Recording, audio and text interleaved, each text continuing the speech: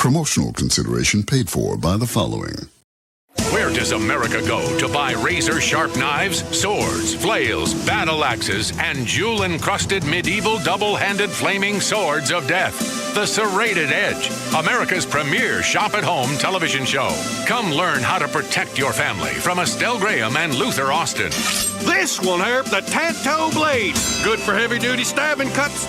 You can hide it in your boot. High-grade surgical steel carbonized finish 23-inch assault blade. Cuts through skin, bones, innards. Sometimes you get stuck in a snowstorm. You gotta eat people. This set is an $8,000 value. Be prepared, America. Don't be caught off guard. Protect yourself, your belongings, and your family with an assortment of katanas, swords, or switchblades from the Serrated Edge. Catch it only on CNT.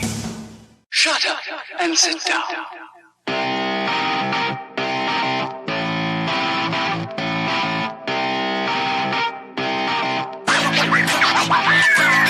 Hello, everybody. It's a great episode. Today, it's episode 427 of Third Shift, and I am one of your hosts. I am Mr. Eric. And of course, today with me, as per usual, is the inglorious bastard himself, the man, the myth, the legend. It's Matt. He's here. We got a fun episode today. We've got all sorts of weird stuff happening because, of course, Thanksgiving is right around the corner. But before we talk about anything in the world of gaming, we must ask Matt, how was your week? You gotta talk about weird stuff. Weird stuff has been happening to me all week in the video game world because there's been no real life stuff going on. I've just been going to work, doing all the buzz and all the blues. But on Friday night, I sat down here at my computer desk, in my computer chair. I poured myself a nice tall beer and I went, all right, Ease 10, I'm playing you. I'm playing you and I'm drinking some beers and I'm taking it easy and just having a good life. And man, I sure did. I was playing. I unlocked the hoverboard. I sent Eric a picture of that saying 2024 is the year of JRPG hoverboards. Mm-hmm. We were like, yeah, cool, woohoo, doo-doo-doo. And on top of that, this game has got like ramp pushes that make you do a big jump. They've got like rails you can grind on. Not really rails, but like mana trails. And when you jump the hoverboard on it, it's basically a grind like Sonic or Ratchet and Clank. And it's great. It's just fun. So I went through the whole island, did a little mini dungeon in there. Got to a boss, and I went, oh, yeah, it's like a big sandworm comes up out of the ground and goes, roar, and Karya goes, hey, Adol, let's go kick the sandworm's ass. And I went, hell yeah, it's time to kick some ass. And then it went, thanks for playing the demo. The demo's over now. Play the full game. And that demo was so long, I forgot it wasn't the full game. But I told you I'd bought the game, but it was still 2 days out. And I went, oh. That sucks. It's like 9:30, 10 o'clock. I just want to play more of this. Oh, well. What else can I play? And I did play for the rest of that weekend EDF 6 because I knew East 10 was coming and that was going to eat up, I don't know how much time, but a lot of time, I'm assuming. So I'd slammed through the rest of EDF 6. I mean, one day last weekend, that's all I did was just play that. And I told you that's a game, 147 missions. It's a time loop game. It's so cool. I think I'll save the last bit of the really cool part that I really enjoyed that was super really cool and interesting in the way that it played with the actual mechanics of playing a game in a time loop sense. I'll save that for the what you playing or maybe a discussion later in December, maybe. But had a blast with that. Played it, beat it, and went, God, what an amazing game. I will say this on the air here though. I've said this before with Danganronpa V3 Killing Harmony. I've said it with the last new Phoenix Wright Ace Attorney game.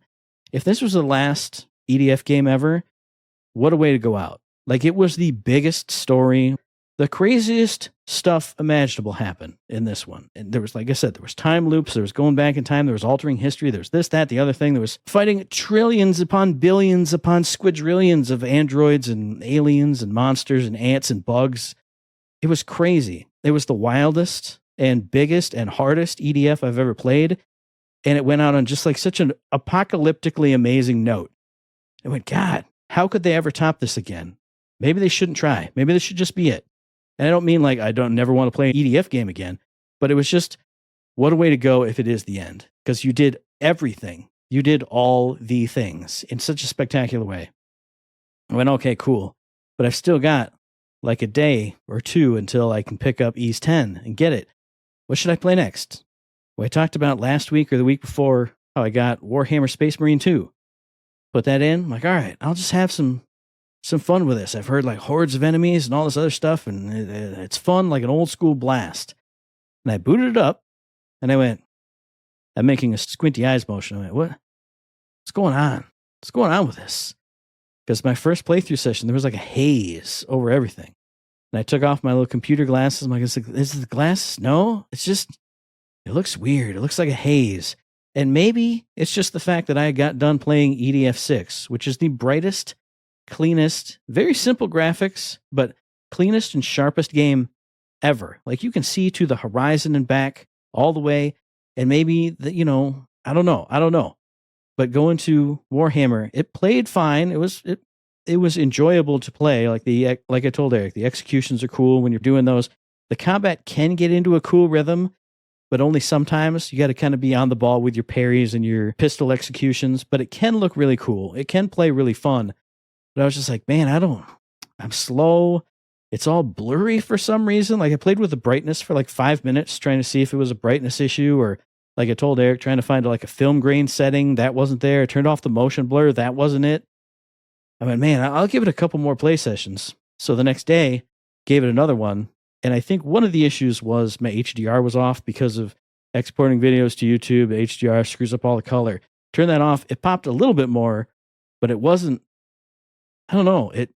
All the footage you see of the high-end PCs makes it look super clean and super crisp and clear. And for some reason on my setup, man, maybe it's just my setup. Maybe it's the screen. Maybe it's just the PS5. I don't know. It just wasn't. In that second play session, it was just okay. It was just good. It wasn't scratching the itches, though. So I went, okay.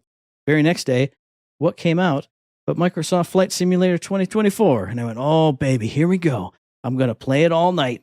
I'm going to get on the show and tell Eric that it's the greatest thing ever, and I don't care. I'm going to set every game aside. I'm going to have fun, because like we always talk about, if you're having fun, it doesn't matter. That's worthwhile, and I'm going to do it, and it's going to be wonderful. And I got in there, and there's like a campaign or like a career mode where you start off learning the basics, and you can pick like a local small airport. So I picked out one out in Williamston and learning the controls of the airplane. I'm like, this is pretty fun. This is pretty cool. All right, let me go just do a free flight, though, because it's getting to be time for me to watch my shows. Go into free flight, just fly around town. I start flying around town. I'm like, man, it is still really cool to fly around over your city and see the landmarks that you know. I'm like, man, if I go here from here, then I'm going to end up over there. Oh, yep, there it is. Oh, man, here's campus. Here's Spartan Stadium. Oh, go fly by work. There's work. Ha, ha, ha. And that was cool. But I told Eric this story. Like, I flew down low by some of these places, and I went, what's wrong with this? This doesn't look right. Like, I flew over Mom's house, and her house isn't even there. It's just this blob, this weird polygonal blob of trees and just green. Not even trees, it was just green blobs. I went, that's strange. Oh, well, let me go down the street, like half a city block, to the office where Eric and I used to work at. And I landed on the street, because it's a big street, and landed right there. And it kind of looks like it got blown up or burned down. It's all misshapen. The textures are all funkadoo and wackadoo on it. The street that I'm landing on looks like it was carpet bombed. Like, it's all these pointy, like conical polygons smashed together. Like, if you take your two hands and you interlace your fingers so you're making X's with your fingers, that's what the road looks like. Like, what is going on here? All right, let me fly by, like, the stadium, fly by campus. Flew over there, Spartan Stadium, and I miss you. I was shocked. You can read the text on the side where it says Spartan Stadium, but you look at the front, and it looks like it's been destroyed, and it's all mangled. All the surfaces are wrong. Obviously what this is, and Eric and I talked about this, it's obvious they had the satellite footage, and they went, AI, fill in the rest. And it just is fucking garbage. It looks horrible. And granted, you're not supposed to be at street level looking at stuff, but there are special tours you can do of different areas, and you fly a helicopter. So you can fly right down to ground level and look at things, and they look like garbage. And I'm not that guy who's pro AI or anti AI. Like, this is the thing AI should do. Take the satellite footage and extrapolate a bunch of dumb details. That's the perfect job for it. But it fucked everything up. It looks horrible. Why would you release it in this state? Erica said to me off air, eventually there's going to be patches. It's going to get cleaned up. I know that. I'm sure that's going to happen. But right now, it's just a miserable experience. And I told Eric I downloaded the old one. I went back in, looked at street level. The buildings aren't right, but they're nice resolution buildings. Like, it's not this garbled polygonal mess of just textures and jankety angles. How in 3 years did you make it 1,000,000 times worse? So I was very sad about that. And then last story, and then I'll end it. I know I'm running long. So I went, God, blah, throw that away, download the old one, watch my show. After the show, I went, God, I had bad video game experiences. What am I going to do? Ease 10, go in. I'm going to play you. Like I told you, the demo leaves off right before that boss fight. Big sandworm comes out. Adol, let's go. Flip, yeah, I'm going to go do it. Woohoo, here I go. Go into the fight the boss. He does this attack where he shoots out these big, like, triangular blobs of debris and wood. Boom, boom, boom, boom, boom, boom, boom, all over his arena. Like, okay, he didn't hit me with any of those. Then he slurps down into the sand and is like an antlion. And he goes, like, hoovers it all up. So all the debris is coming in. All right, I'm dodging the debris. More debris is coming in. All right, I'm dodging the debris. Okay, like, all right, let me go in. I mean, I don't want him to slurp me up. Maybe I got to go in? Nope. When you go in, you stand next to him, and you have about 2 seconds until he goes, bah, and does like this giant slam. Okay, well, you can parry it and, counterattack him. But after that, he just goes, like, what? Is there a gimmick? What's the gimmick? What am I missing? Because when he does the slam and he hits you, he does like 700 damage, and you have 900 HP right now. So I'm like, okay, what am I missing? I know Adolf's got a thing where you charge up and he hits the ground and he does like a circle of fire. That's got to be it. You got to flame up these debris sections, and he'll suck it in and it'll hurt him. The fire just destroys the debris. All right, the girl character, she does ice. Maybe make ice into a platform. No, nothing happens. Okay, I tried it a few times. I got him to a second phase where he like slurps out again and he just does this big swing around attack. And you can block it, you can parry that, but if you just block it, he knocks you so far away you can't counter. So I'm like, what's going on? Tried a couple times, died a couple times. All right, what's the gimmick? I give up. It's getting late. I just want to beat this guy and have a good time. Look it up. There's no gimmick. You just have to counter him every time he does the blah when he's in the hole.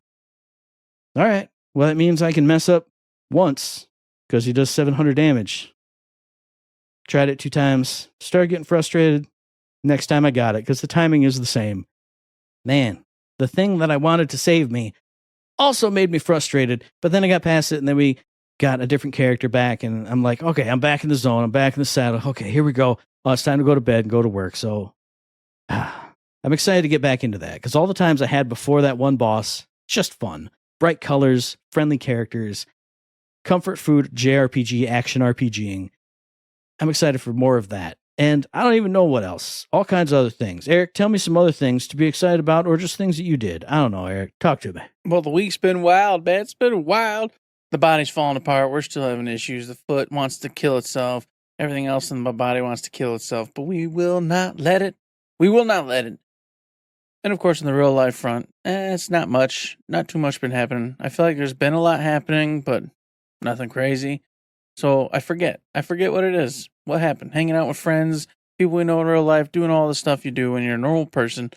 But on the gaming front, I played only 2 games this week, but they're wonderful games.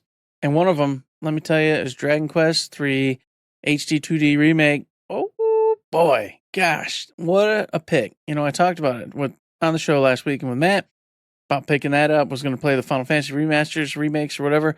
But this came along and I went, this is it. This is the ticket. It was the ticket. Anytime I'm not down here doing Metaphor, I pop in that Dragon Quest, and it's just fantastic. I already told you on the preview when I talked about it last week as a release, the music is just Dragon Quest 100%. Every time, every song, everything you're hearing, you're just beeping, you're bopping, and you're having a fun time. It's got that old school vibe, but it's got them wonderful redone graphics that look really sharp, really crisp, vibrant, and beautiful. And it's really cool too because in this particular title they upgraded it. So like the main quest is always highlighted. So wherever you need to go, it's like, hey, just go here. This is where the quest is. But you don't have to. You can go wander around, do whatever you want. But there's always that circle that tells you, this is where you go, dum-dum. Did you forget what you were doing? Which is easy to do in old RPGs. So I love this feature. I love how it just lets me know where I need to go if I want to continue on the main quest, the main path.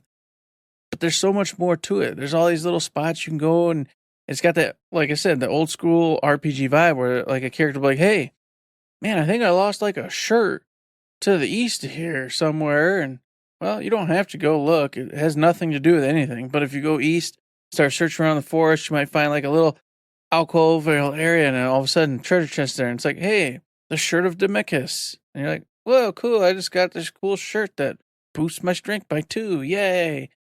And there you go. Didn't have to find it.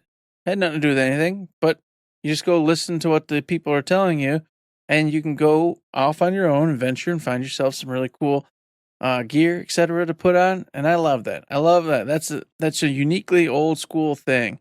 You don't really see that in RPGs. Nowadays it's all lined in with all your main stories and quests and everything else, so you don't miss anything if you don't, as long as you follow the path and do what you're supposed to do. This is old school where it's like, we don't care if you get it or not. It's up to you to go look and find it and do it.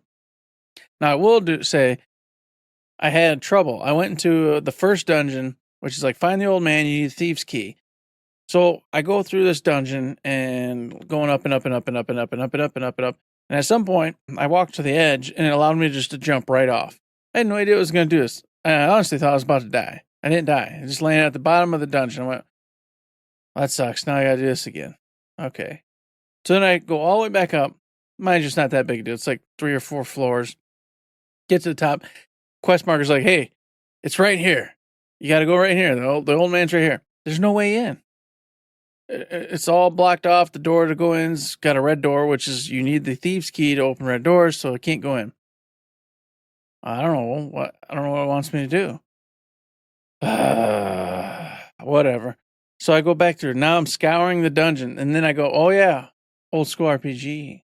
You have to scour dungeons because there's always some other stupid alternate route that pops up from his toilet bowl into his house, and then you go, surprise, I'm here, and he goes, oh, you found me. Now you can have the red key. Here you go. And then you can exit through the main door, and off you go onto a grand adventure. So one slight moment where I was like, oh man, this sucks. I just went through 50 more battles, used another, 100 gold on sleeping at the stupid inn to make sure I don't die. All because the game doesn't tell you what to do at all. It just says go to this place, and then you have to figure it out from there. Whereas, of course, new school RPGs are pretty linear. You just follow the trail, you'll get to where you need to be. This one was not.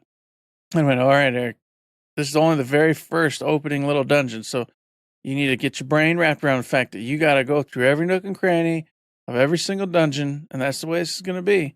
You're just going to have to deal with it. So it was fun. And on top of it, I got to grind, Matt. Before I even went to that dungeon, I was like, oh, yeah, I already know this rule. So I'm just scouring the landscape, going back and forth, killing slime after slime after slime after slime after slime, till I was about level 7, level 8, and I went, that's probably good enough to get going. Sure enough, yeah, I'm smoking through, having a good time. I'm like, this is how it should be. So yes, very much looking forward to playing that game some more. And of course, last but not least in the game front, Metaphor Refantasio. Goodness. There is so much story happening, so many things going down. And as the story progressed, I started to go, okay, I kind of see what's probably going to happen. And it didn't go quite how I thought it was, but it's in the realm of what I thought would probably end up happening. And it's really cool. I enjoy it. I love the characters. All of them are very just unique in their own way, very supportive in their own way. And then when you get to the moments when you realize what's going on and what's happening, like all their speeches to you and why they're going to continue to go on are very cool. Just really neat. And the whole bad guy situation's really fun. Although I still don't understand the motives yet, but they don't want you to.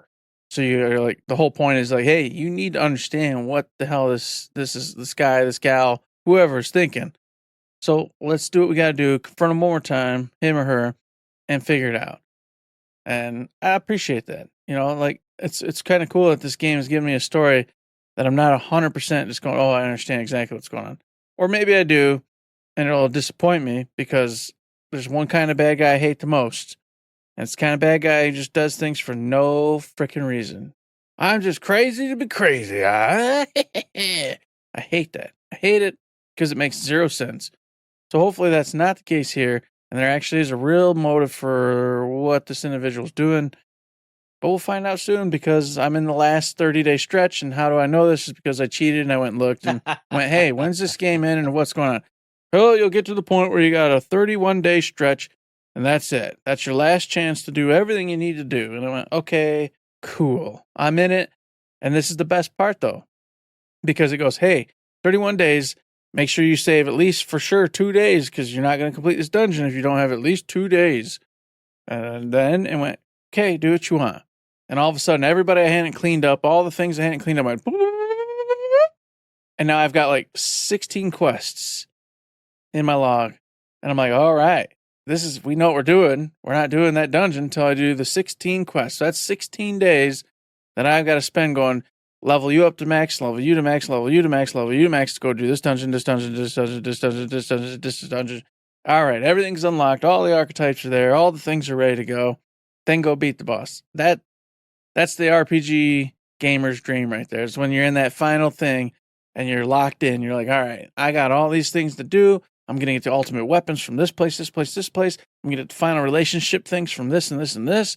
And then the big dessert, the reward, the boss, the ending. Here we go. I'm in that spot right now. So I'm itching to play it.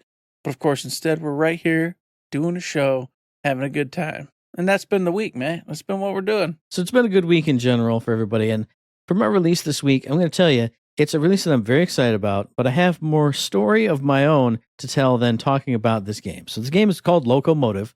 It's the game that I demoed a couple weeks ago or whenever it was. It was released on November 21st. Today, as we're recording this, developed by Robust Games, published by Chucklefish. This is out at least for PC, I know. I don't know if it's out for anything else, but it's a LucasArts style point-and-click adventure game. So I doubt that it'll be on anything else because mouse and keyboard or just mouse, basically, is the best way to play these kinds of games. And I was going to do my due diligence like I always do. I went, all right, let me go to my indie game channel. Let me pull up the Locomotive review because it was right there. And the guy started off saying, well, you know, my history of point-and-click adventure games is blah-blah-blah-blah-blah. And sometimes point-and-click adventure games do really well, and sometimes they just don't click. And I went, you know, I don't want to hear somebody else's thoughts on this game because I'm going to play it. I'm going to play it. Hopefully I'm going to stream it. And I went, I just can't do it.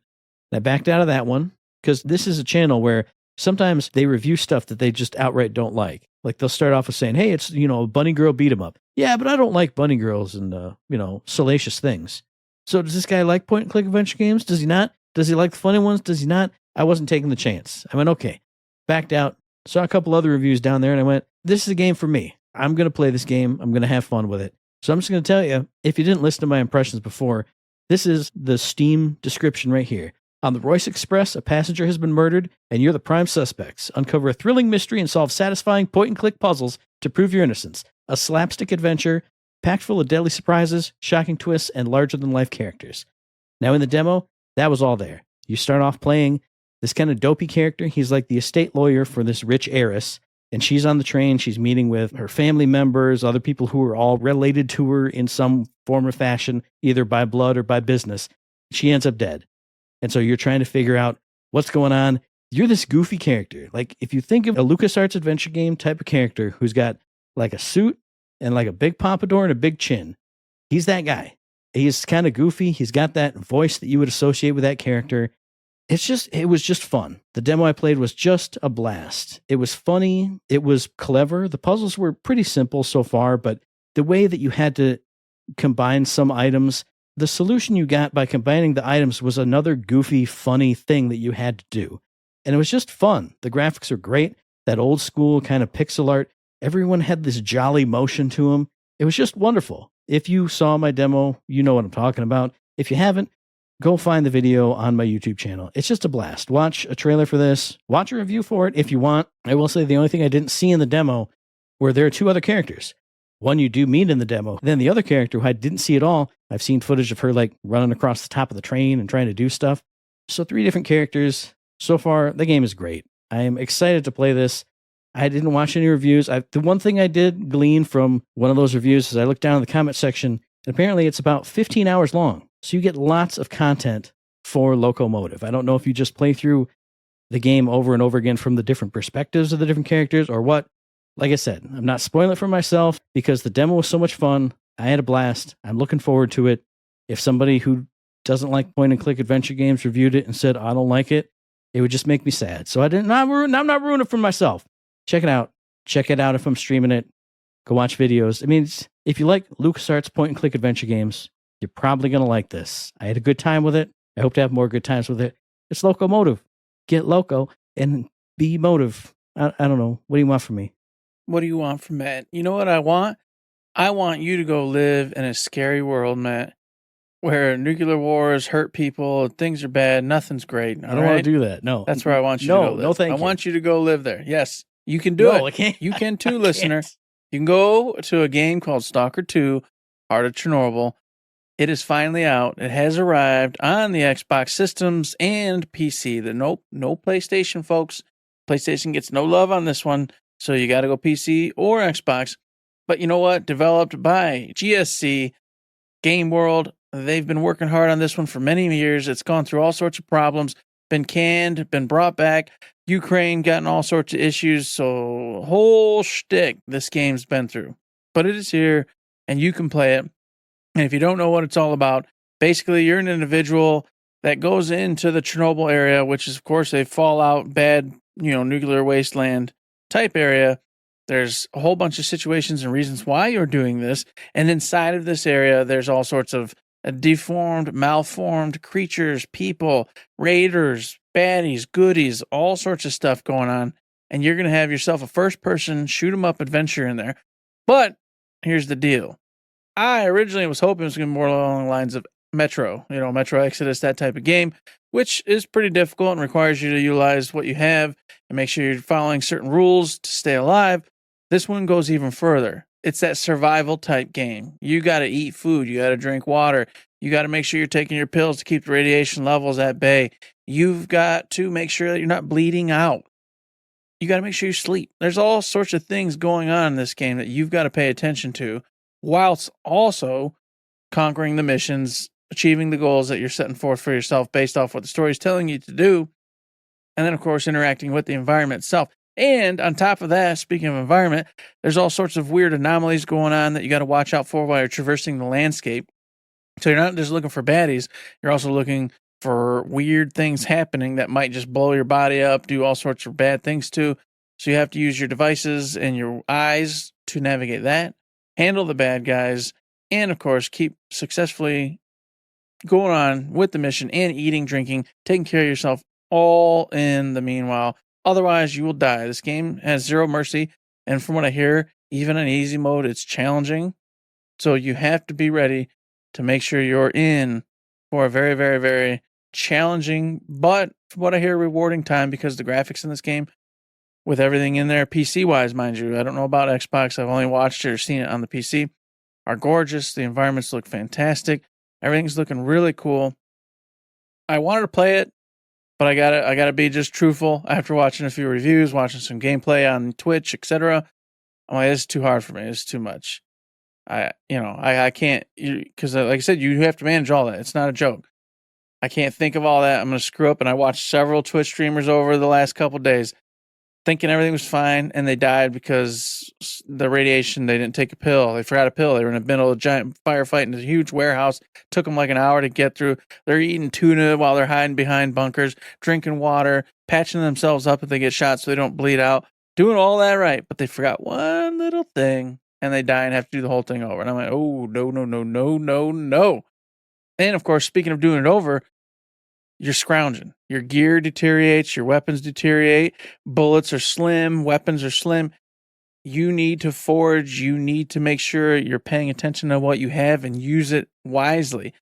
If you get into engagements, it's more realistic. If you go in a firefight with 4 or 5 people, you're probably going to die. That's just what's going to happen, because in real life, that's what would happen. And in this game, that's probably what's going to happen. So you have to be strategic. You have to think about what you're doing before you engage enemies and where you're at and where you can run to. All that stuff comes into play. Very strategic game. Like I said, it's a survival, horror, whatever type game. Really cool, though. I really hope that people check it out and give it a shot. But if that type of management, micromanagement, isn't your thing, this probably isn't going to be for you. But I wanted to bring it up anyway because it's been in production for so many damn years now. And it was a title I was very interested in. But unfortunately, like I said, I'm an old man and got little time. And that game would probably just, to be frank, piss me off. And then I would quit. So while it's not for me, maybe for you. Go get yourself some wonderful Fallout type action with eating, tuna out of a can and all that good stuff. It's good. Go play. It is good. And what is also good is doing your post due diligence, because I looked it up while Eric was talking. Locomotive is also out for Switch. So, Howard, you're in luck. Get it for your Switch and then go, I got it for a Switch, and the kids wouldn't let me play the Switch. They stole my Switch. Took it. Can't believe it. Those kids. Blah, blah, blah. How'd that happen? But then if you got the Xbox, if you got the PC, you can go on Game Pass and get some free games. Not free games, but you know what we're saying. Blah, blah, blah, blah, blah. This week, first off, it's Microsoft Flight Simulator 2024. If you love the idea of flying around your town and seeing it rendered in the worst way possible, go get that. And I mean, I will say there are some bigger things. Like I flew around Devil's Tower and it looked pretty cool. Not quite as cool as some of the other stuff, but you can check that out. You can at least check it out. It's for free for you. Download it and play it. And if you don't like it, oh well.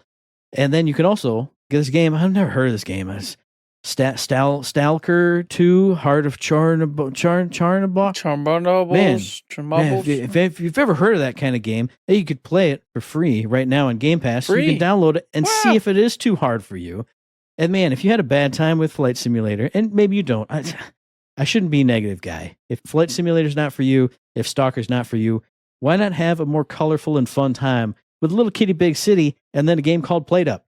I don't know anything about Plate Up, but I've seen like a pink chef with like a big old wobbly cake. So if you want a cartoony, good, fun time, check out Little Kitty Big City. Check out Plate Up. If you want a miserable time, check out Stalker. I mean, miserable in that it's a dark, you know what I'm saying. It's a dark atmosphere. And if you want to just fly above all that stuff, go play Flight Simulator. That's what you got on Game Pass this week. It's good. I recommend you stay in the dark and be just brooding and evil and go over to Epic and get your free game, which is Beholder.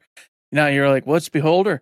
Well, I can't give you the full deets, but I do know a little bit about it. And apparently you are the landlord of this apartment complex, and your whole job is to spy on all your tenants and tap their rooms and do all sorts of nefarious bad things for your bosses, which are the state, the government.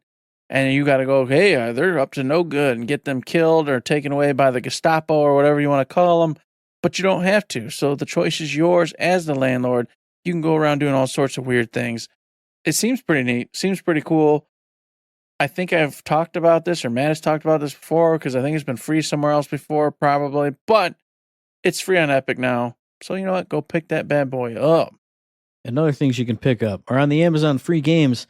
You got some food-related games here. You got Overcooked Gourmet Edition, which is that co-op trying to make a dish, but you're always in like a crazy kitchen. Like it'll be on two separate railway cars, and then they're splitting and coming together, and you got to co-op with your buddy. And then speaking of food, you got Super Meat Boy, except he's raw meat, so you shouldn't eat him. You got to cook him first. But that's, man, platforming, precision, speeding, dying a million times.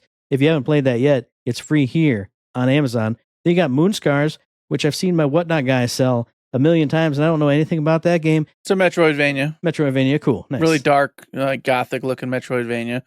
So if you want that, go grab that up. And of course, you've got Max, the Curse of the Brotherhood. I don't know anything about it, but you know what? When your Brotherhood is cursed, that's pretty messed up. Mm-hmm. And I think it's worth checking out, because I can tell you, if my Brotherhood was cursed, well, we'd have to cut out the freaking virus and get rid of it. Can't have that. Absolutely. And then we got it right here. I'm gonna try and make this a bit. I'm gonna try and find a horn. So if I found a horn, here it is. Gloomy Tales, one-way ticket. I guarantee that's your Hopa alert. That's your Hopa alert. That's it. Woo-hoo, come get it. That is the one. You're gonna have a gloomy tale. You're gonna have a one-way ticket straight to Hopa goodness. And then you got something called Riot Civil Unrest, which I swear I've heard about. I don't know what this is though. Neither do I. I don't have any clue, but you know what? You'd be rioting after you played that Hopa. So get out there and riot and do your thing. Amazon's got all the games for you. You're going to have a wonderful time with them. Promised. Oh, wait, what is this Riot game? Hang on, I'm looking it up. It's got like long pixel people. Whoa, It's a long pixel game. Oh my god! I'm gonna have to it's check right this up your out. alley. Strange, weird pixels. Matt likes pixels.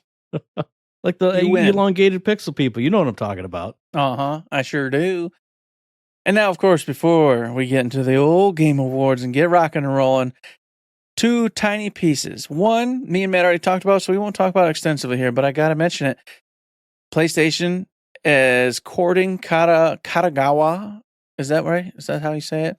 Whatever. They're courting this conglomerate. And you know what? You're like, what's that? I have no idea. Well, guess what?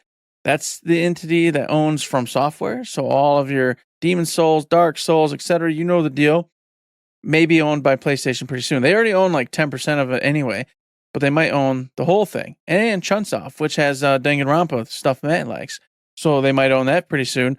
And not only that, Kadokawa is also like a parent company for all sorts of different anime all across. They own Funimation, Crunchyroll, the whole thing. So Sony may own Crunchyroll and, of course, these two different developers for awesome games here in the next coming weeks.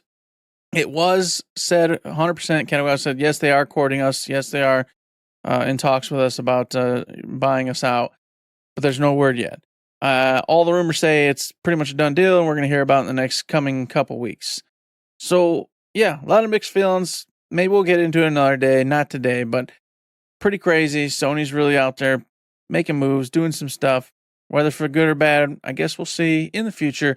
And then next but not least of all, this is a big one, really cool. PlayStation Portal has now got a patch update, and you can go test out cloud gaming off of PlayStation Premium. So you get like 120 titles that you, or maybe more, I don't remember what it is, that you can go play via the cloud on the PlayStation Portal. This thing is just becoming more and more of a handheld device right in your hands as we speak, and that's really cool. And what I love is the way the narrative has changed. Because we know, you and I experienced this. They said, here's the portal, here's what it is. And we both said, hell yeah, sign our asses up. Because this is exactly what we want, exactly what we need. Cool. And the rest of the entire world went, that's poop, that's doo-doo, what a stupid thing.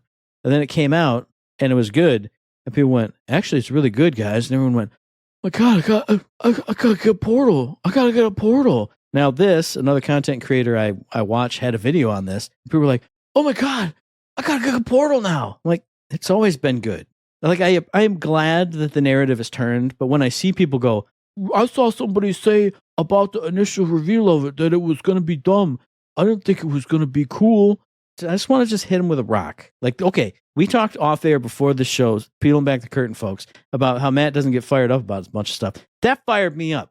I got mad about that. I was like, God, how can you be so stupid? You listen to one guy for 30 seconds say, I think Portal's doo-doo because I put game on my phone. And then he got it and was like, wow, it's like a really good screen and like a DualSense, which I love playing games on, and it works really well. And then everyone went, huh? What? Huh? What? Huh? I never thought it could happen. It was there from the start. But anyway, great thing, great update. If you have PS Plus, I don't have it, but that's cool because it works great. So streaming games is going to be great for this too. It's going to work. Yeah, I didn't have premium, but I do, or did at least, and so I'm wondering if my brother had it or whatever the dealio is on that one. So assuming me and him get reconnected, which I was going to do today, probably have to wait till tomorrow, I will actually have access to this. I will be able to go play these games and test it out. So it's really cool. I can't wait to check it out and do it, even though I'm like enamored with Dragon Quest 3, which I already told you guys about. So I'll probably mainline that still. But the options, the possibilities, they're going to be endless. And that's so cool. I can't wait. God dang. PlayStation Portal, you're really opening up the avenues. I just need you to get your online thing a little bit better so I can play it at work. And then we're going to really be flying. And I'm just going to need that one thing where you can like plug in a USB stick on the bottom and you can just play the game natively on it. Yeah. Like somebody needs to ROM hack it. Somebody needs to jailbreak it. I will do it because I have another one coming because I have the 30th anniversary one coming. I'll do that to my original so that I can play Ease 10 on the go, like literally on the go without having to wireless or any find of a that connection stuff. somewhere, Yeah, et cetera, et cetera. yeah. Oh, that'll be glorious. But it's a little bit far away. But you know what? Game Awards aren't far away, man. They're That's coming true. up pretty soon, and the nominees are out there. We get to have ourselves the fun time now of going through the lists. And you know what? Are we going to do... We change it a little bit every year. Are we going to do what we think's actually going to win? Or are we going to do what we want to win? Or are we going to just name both? Which way we want to go with it? I think we got to name both. You got to make your pick and then what you think is going to win. I prefer that. Maybe just don't go too nuts into details with both of them. Yeah. So, keep it smart, keep it simple. Not too simple, but you know what I'm talking about. And we got to go back and forth like we always do. I read one, you read one. We'll do it. We'll do it like we do. So starting off with the hottest one, the biggest one, the one that everyone is clamoring and drooling and spitting over it. They're getting fired up. Best esports team. You got Billy Gaming, League of Legends. You got Gen G, also from League of Legends. You got Navi from Counter-Strike. You got T1, also from League of Legends. And you got Team Liquid from Dota 2. What do you got on this one, Eric? Ooh, boy. Well, let me tell you, I got no affinity for any of these teams. I don't really care at all. So on a personal level, I got nothing for you. I would say for a personal level, Billy, just because I like the name. Billy Gaming, League of Legends. That sounds great. It rolls right off the tongue. And then as for who I think will win this time around, I'm going to go with Billy Gaming just because I don't care. Whoa, Billy Gaming's taking it. League of Legends, 100% getting me points. I'm going to win this. Now, I was going to mention it first, but I think the read and the toss works better. And also because I did my due diligence on this one, or at least on half of it. So I went, there's 3 League of Legends teams here, but only one of them can be world champs. And that's Billy Gaming. So I don't know if Navi is the world champ of Counter-Strike. I don't know if Team Liquid is the world champ of Dota 2, but I know Billy Gaming is the world champ in League of Legends. So they're my pick. They're what should win because they're actual world champs. They're actual champion. And so many times, and right here, there are teams that aren't world champs. You can't be the best if you're not the best. God bless. I agree 100% with that. And our next wonderful category is Best Esports Athlete. You've got 33, Alexi B, Chovy, Faker, Zaiwu, and Zimjik. Zimjik. You know what I'm saying? One of those people is going to win. Matt, what have you got for me? Give me the intel here. I wanted it to go this way just to make you read Zimjik. I know when it came up, Jeff Keighley said something completely that didn't look like this. He was like, Cow Jin. I'm like, that's not what that says. So anyway, the best esport athlete, I don't know anybody but Faker. Faker is a legend. He's the League of Legends esports legend. He's my pick. He should win. He was in that Samsung commercial last year. I think I said this last year too. But like, I saw him and I popped off. So he's a legend for a reason. He's not a world champ this year, but he's a legend. So he gets it. I agree. Normally, I would choose that. But you know what? I'm going to change it up and I'm going to go Lexi B. Because, you know, Lexi B sounds like a feminine name. And I feel like a girl's got to get in there. Girl power. I'm all about that. So Lexi B, I hope the best for you. If you're not a girl, I hope you win anyway. You know what I'm saying? I just got mad respect for Lexi B. I was going to say, you know, he's a lanky, like Russian-looking dude. Come on now. Next up, hey, it's an easy one for me, but we'll see what Eric says first. Best esports game, you got Counter-Strike, you got Dota 2, you got League of Legends, you got Mobile Legends Bang Bang, and you got Valorant. What do we got here? Well, once again, no skin in the game here. I do think Valorant is pretty cool. I like watching Twitch players play Valorant. I like it's got that Counter-Strike vibe, but with the magic and the Overwatchiness to it. So if I was just from the heart, I would say Valorant needs some love. I think it deserves some love. It's got a good community going. It's still strong after all these years, but I'm not an idiot. And I just feel like League of Legends is going to win because League of Legends always wins. And that's just the way this goes. And I can't afford to lose points on stupid stuff because Matt will be like, I won again this year. So you know what? League of Legends, that's what we're going with as an actual pick. Now, I've said it before. I did my due diligence a couple years ago and I watched esports for everything. So I watched all of these games except for Mobile Legends Bang Bang because that's new. And League of Legends is just the best esport. You might not understand what's going on, but it's very readable. You can see the giant health bars above everybody's screen. The commentators let you know exactly what's happening. And you can just see when the other team is getting shredded, you see it. And then you can take that knowledge because you've seen the characters and you've seen the abilities. You can take that into your actual game. You might not be as coordinated. You might not be as good. You can go, oh, they use that to set up this. Hey, buddy, when we play duo, you want to be that character and I'll be that character? Check this out. We can try this cool knock-up, and then I hit him with a thing. League of Legends is the best esport. It's the only one I ever watch. It's my pick. It should win. Part of me wants to say Mobile Legends Bang Bang because I've never heard of it, so like an intro win will get it, but I'm not going to lose points on something dumb. Like you said, that's how we're doing it. Indeed. In the next category, folks, you got Best VR AR Game. With those, you're talking about Arizona Sunshine Remake, Asgard's Wrath 2, Batman Arkham Shadow, Metal Hellsinger VR, and Metro Awakening. Man, oh man, these are some titles, Matt. What do you got? How many of these you played? You really enjoying some of these? Oh, I'm loving it. You know, Oh, I I know you played are. Metal Hellsinger VR on expert mode because I'm so goddamn good at rhythm games and singing games, and Mhm. I pity anyone who wouldn't be able to play that. But no, of course, I've played none of these. Everybody knows that. Everybody should know that. But the one that I'll pick that I think should win and probably will win is Asgard's Wrath 2 because that's the one that was getting 9s out of 10s, 9.9s, 10 out of 10s when it first launched. I haven't heard anything about any of the other ones. Like, I know Metro Awakening exists. I know Batman Arkham Shadow exists, but I never saw commercials that said 9 out of 9, 10 out of 10 VR killer app, the game that you need to play if you have a VR headset. What do you got, Eric? Well, let me tell you, as someone who pays more attention to the VR scene, I can tell you these titles are all actually very, very good. Arizona Sunshine does get a lot of thumbs ups in a lot of different communities around the podcasting world or whatever you want to call it. But if I had to pick personally, it'd be Metro Awakening because I've seen that gameplay. People are loving it. They say it's fantastic. It's one of the most immersive, cool VR games to date, period. It is a title I'm going to play. I'm actually considering skipping Legendary Tales for right now and actually jumping straight into Metro because I love Metro. But I feel like I should keep playing Legendary Tales because, I bought that a while back and I wanted to get through it and it's a lot of fun. That's neither here nor there. My heart says Metro Awakening, but I'm not an idiot. There's two that are actually probably going to stand a chance here, and that's Arizona or Asgard's Wrath 2. But like Matt said, Asgard's Wrath 2 got so many commercials, so much hype, that everyone's going to think back, and it's probably going to be that just because of that hype and those commercials and that push for it. So Asgard's Wrath 2 will probably be taking this. That's my official pick. And I'm looking too far ahead. But the next category is Best Sports/Racing Game. Your nominees are F1 24, EA Sports FC 25, NBA 2K25, Top Spin 2K25, and WWE 2K24.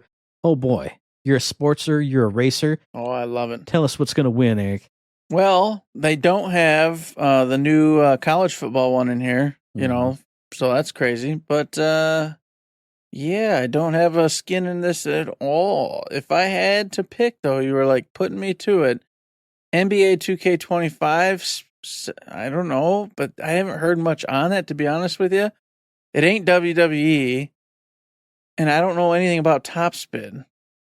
So I have to go NBA 2K25 just because I don't really hear or know much about any of these, to be honest. So I'm going with that. NBA 2K25. People love basketball. Americans love basketball. The world loves basketball. It's probably going to win. Yeah.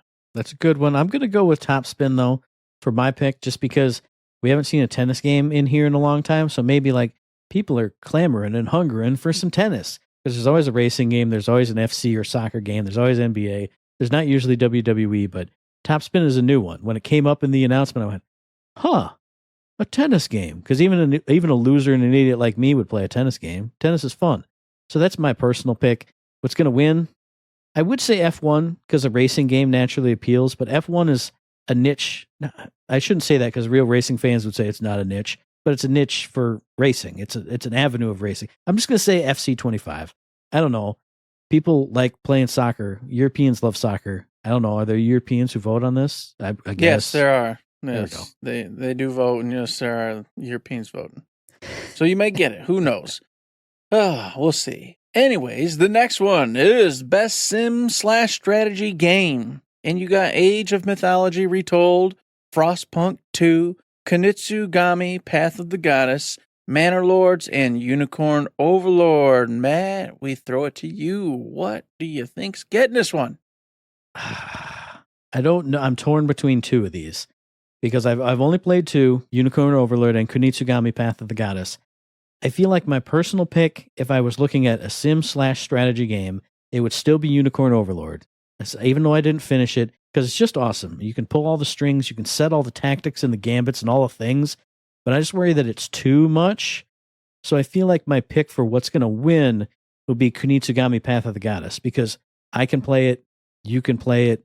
Johnny Joe, the casual strategy guy, can play it because it's essentially a tower defense, but you can run around and swing your sword. So I feel like out of all these, everybody can play that one. It's been free on Game Pass. It's been on everything. It got good buzz when it came out. So Kunitsugami is my pick for what will win versus I think Unicorn Overlord out of what I played is the best. What do you got? All right. Well, let me tell you straight up here. Personal level, Unicorn Overlord, no duh. It's the only one of these I've actually played. It's a lot of fun. I'm nowhere near anywhere in the game, but it's gorgeous. It's beautiful. The music's great. Graphics wonderful. It's just a game. It's so cool. It's so wonderful. I got to support it, but I'm not an idiot, and I can tell you what's probably going to win, and that's Frostpunk 2. That's got a huge, huge backing. A lot of people played this game. A lot of people were talking about this game. A billion choices, a billion things you can do in it. Apparently, like, you can go way in depth with how you control this government that, you know, you're kind of part of here. It's just nuts. And I hear a lot of people talking about it. So I think Frostpunk 2 is going to take it at the end of the day in this category. And I feel like that's one I would love, but I've just never had a chance to play it. I was interested in the first one. Second one sounds like even more. Really cool. But next up, it's the best family game from the Family Man Matt. You got Astrobot, you got Princess Peach Showtime, you got Super Mario Jamboree, you got Legend of Zelda Echoes of Wisdom, you got the Plucky Squire. What do you got on this one, Eric? Oh, goodness. Well, I've played a couple of these, and I can tell you best family game, it's going to go to Astrobot. All right? It's going to go to Astrobot. That's the official pick. If I had to pick, I would say Astrobot. And the reason why is because Legend of Zelda Echoes of Wisdom, fantastic, really cool game. Still intend to get to it, but it's not a family game. It's just a game you play. It's a video game you play. Plucky Squire was neat. It had a moment in time, but pretty simple, pretty straightforward, very short, which there's nothing wrong with being short, but I don't know. I just don't feel like it's going to make that push. I feel like I make a mistake in not choosing Super Mario Party Jamboree, but whatever. I'm going Astrobot all the way. I'm doing it. And if I have to pick, I'm picking Astrobot because it's the only one I've played, and it's great. And I could see like the dad or the kids playing it and having a great time. But when I hear family game, I think of a game you play with your family. Mm-hmm. And as far as I know, the only one on here you can play with another person is Super Mario Party Jamboree. Yes. And everybody loves Mario Party. Kids love it. Adults love it. Blah, blah, blah, blah. That's my official pick. In my heart, though, it's Astrobot, 100%. Yeah, I agree with that. And of course, last but not least for this week, folks, you've got the best community support. You know me and Matt, we're the best community support for all of you. We've got your backs. You can cry to us, do whatever you need to do with us. So you should probably pick us in this category because we've got you covered. I will hold your tears and sell them on the black market. And you know what? We'll both make a good killing. It's good times. But if you don't like that idea, hey, here's some ideas for you. You got Baldur's Gate 3. You got Final Fantasy 14, Fortnite, Helldivers 2, and No Man's Sky for best community support. Matt, who's doing it out there? Who's doing it? Now I'm torn because if No Man's Sky is on here, I usually pick No Man's Sky. And if No Man's Sky is not here, Final Fantasy 14 is, then I pick that. Mm-hmm. They're both here though, so I don't know what to pick. And also Baldur's Gate 3, why is that here? I don't understand either. Wasn't there community support like when it was in early access and they made a ton of changes to characters and storylines and romances before it launched? So like that was before. What have they done afterwards? I don't know. The only thing I know about Helldivers 2 is they make changes that people don't like. So you know what?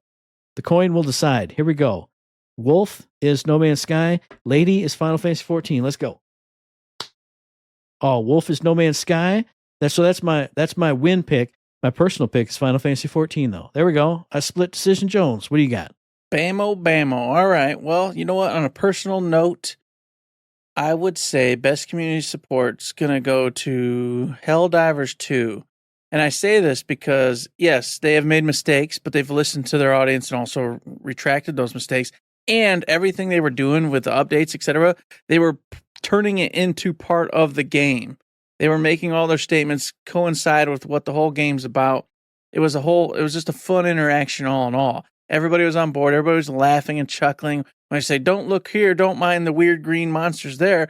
Your government's fine, and we're all happy here. Don't worry about it. That was cool. The gimmick was great. I appreciated the hell out of it. I just don't know if it had the legs to carry it all the way to this decision. For me, I think Fortnite's going to get it just because they've had another few really big updates this year. A ton of huge inclusions with all sorts of characters from freaking everywhere. They reintroduced the original OG map, at least, or gonna, I don't remember which it is. But I've done nothing but hear about all Fortnite. So I feel like it's hot on the ears. I feel like it's winning this one this year. So Fortnite's my official answer. Helldivers 2 is what I would like to pick and see win, just because they were innovative and tried something, well, not an original, but something fun and different from what's usually the community support gig. So that might be the last category we're talking about. That's not the last question I have for Eric or you, the listeners, because it's time for Uncle Matt's Trivia Corner. If you remember, the previous week's question was, debuting on the Amiga in 1992 as a rival to Sonic the Hedgehog, which character was the ninja of the nth dimension? That is Zool, Z-O-O-L. This week's question, prepare yourself, gird your loins. Okay, now I got all serious, and then I have to say, this question has two answers. One is a basic answer, and one is a more detailed answer. Basic answer gets you a point. Detailed answer gets you 2 points. It asks about the occupation of a character. So if he is in construction, but is a journeyman bricklayer, construction gets you one, journeyman bricklayer gets you another one. Okay, here we go. With all that out of the way, what was the profession of protagonist Gordon Freeman in the 1998 PC game Half-Life? Man, we just talked about this. Old Eric never played Half-Life. He never got into it. Mm-hmm. I remember he was nothing spectacular. I remember he was just a Joe, a man doing a thing. Oh, goodness. I will say that he was just doing his job. You got one part of it. He is but he is a Oh. So dang. Eric got a point for that one. You can get a point for that one too. I'll have to bleep out the piece. I'll just bleep out his whole answer because he got part of it right. Yeah. So if you know the original piece, if you know the next piece, drop that. Or your picks for nominations, your picks for winners, any kind of feedback at all. Questions, comments, concerns, mailbag questions. Drop that to us via the email, thirdshiftme@gmail.com. On the Twitter machine @ThirdShiftME. Find us on Facebook on a Third Shift. Hit the Discord, the Patreon. Hit up my house. Do the things. Just do it. You know how to do it. You know how to do it, and get in there and have some fun with it, or go over to Patreon, throw in a few bucks. You know what? It's a tip jar. Helps us out, keeps the lights on, bills paid. You all know the rigmarole.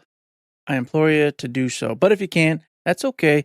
Mailbag questions are also fantastic and lovely. Go on the Discord, have a little conversation, have some fun over there. We appreciate it. We have fun with it for sure. Go on to Twitch, watch Matt play some games. Throw in your Amazon Prime, any of those things.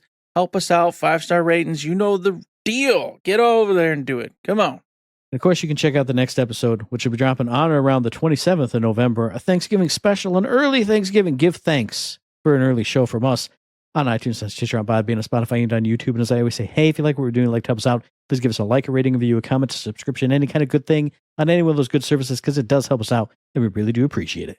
Indeed, we do appreciate it. Just like we appreciate those 5-star reviews. 5-star reviews. 5-star reviews.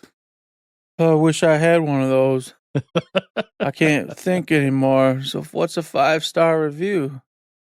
What, 5-star? What's a star? Why do we talk about stars? What are we I don't talking understand. about? What? I'm confused. I just blanked out. Like, I threw it to you, and then they're like, right now. What? Yeah. What are we doing? I don't know. There's something we say, I think. Don't forget to save. don't forget to save. Safe spot. Safe spot. Safe point. Save. I don't know. Safe structures. Safe room. I'm losing it. Was it about that movie Safe Room with Jodie Safe Foster? room. I bet it was. I bet if we'd have been in a safe room, we'd have got a 5-star review. Huh.